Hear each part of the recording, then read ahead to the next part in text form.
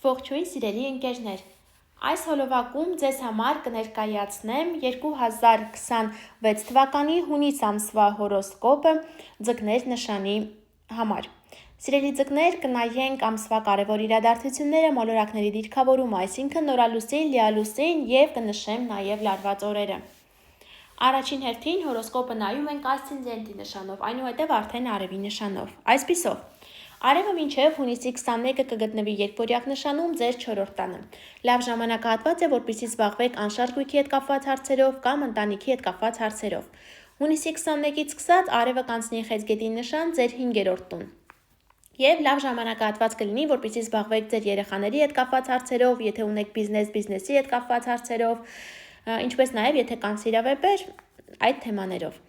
Մերկուրի մոլորակը սկսած ամսվա սկզբից մինչև ամսվա վերջ գտնվելու է Խեցգետի նշանում ձեր 5-րդ տանը։ Եվ շատ են լինելու խոսակցությունները, զանգերը, նամակները, բանակցությունները կապված ձեր երեխաների հետ, բիզնեսի հետ, ինչպես նաև եթե ունեք սիրավեպեր, ապա այդ թեմաների շուրջ։ Հունիսի 29-ից սկսած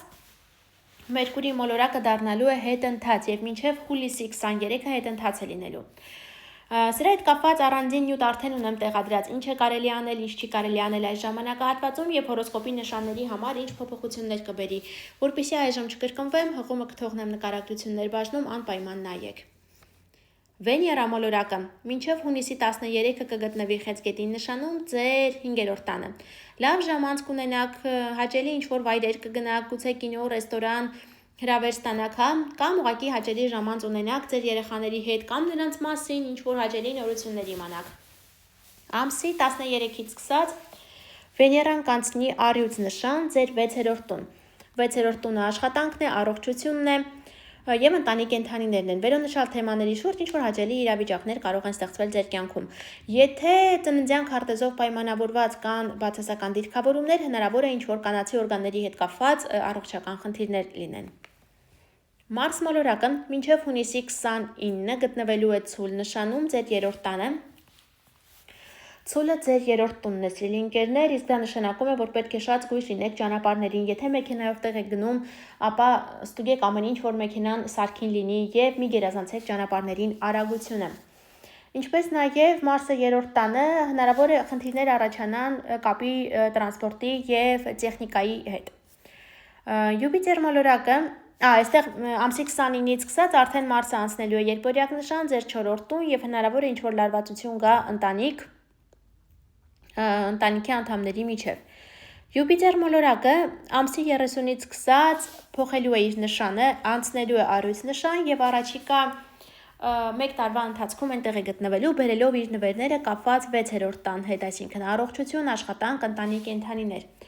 Հղումը կթողնեմ նկարագրություններ բաժնում, արդեն առանձին նյութով ունեմ տեղադրած, որպեսզի այժմ չկրկնվեմ, ժամանակ իզուր չծախսենք, հղումը կթողնեմ, անցեք նայեք։ Ուրան մոլորակը շարունակում է գտնվել երկվորյակ նշանում եւ առաջիկա 6-7 տարիների ընթացքում այնտեղ է գտնվելու։ Քանի որ երկվորյակը ձեր 4-րդ տունն է, իսկ Ուրանը անսպասելի փոփոխություններ է բերելու առաջիկա տարիների ընթացքում կապված ձեր բնակության վայրի հետ, անշարժ գույքի հետ, ինչպես նաև ընտանիքի կազմի հետ։ Սև լուսինը շարունակում է գտնվել աղեղնավոր նշանում այս ամսում 18-ից 21 աստիճան շարժվելով։ Աղեղնավորը ձեր 10-րդ տունն է եւ փոփոխությունները այս լարվածությունը լինելու է կապված 10-րդ տան հետ։ Հատկապես ովքեր ասցենդենտով են ձուկ եւ ասցենդենտը գտնվում է ձկան 18-ից 21 աստիճանում կամ ովքեր ծնվել են ամսի մարտի 10-ից մինչև մարտի 13 ընկած ժամանակահատվածում։ Եթե այս օրերին է ձեր ծնունդը, ապա այս ամսում զգույշ եղեք, որպեսզի սև լուսնի ազդեցության տակ չընկնեք։ Սատուրն մոլորակը շարունակում է գտնվել Խոյ նշանում ձեր 2-րդ տանը։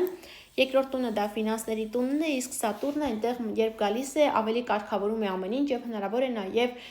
ձեր գումարները, աշխատավարձը մի փոքր ավելի քչացնի կամ ուշացումներ ինչ որ լինեն։ Նորալուսնի հետ կապված հունիսի 15-ին կլինի նորալուսին երկվորյակ նշանում, իսկ դա ձեր 4-րդ տունն է, 4-րդ տունը ընտանիքն է, մայրն է, անշարժ գույքն է, վերոնշյալ թեմաների շուրջ ինչ որ նորություն կիմանաք։ Գուցե ընտանիքի անդամների մասին լինի այդ նորությունը։ Եվ լիալուսին ենք ունենալու հունիսի 30-ին, այդ եղջյուր նշանում ձեր 11-րդ տանը։ 11-րդ տունը ընկերներն են, մեր գաղափարակիցներն են, երազանքներն են, արդյունքներն են, այսինքն այդ ժամանակահատվածում ինչ որ գործեր եք արել, դրա արդյունքները արդեն դուք կարող եք տեսնել։ Եվ սիրելի ընկերներ, նշեմ լարված օրերը։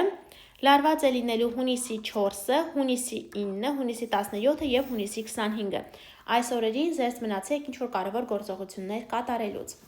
Այսքանը սիրելի ձկներ կապված այս ամսվա հետ, մի մոռացեք բաժանորդագրվել ալիքին, սեղմել զանգակի կոճակին, որ բաց չթողնեք գալիք ամիսների կանխատեսումները։ Դե ինչ շուտով կհանդիպենք, ցտեսություն։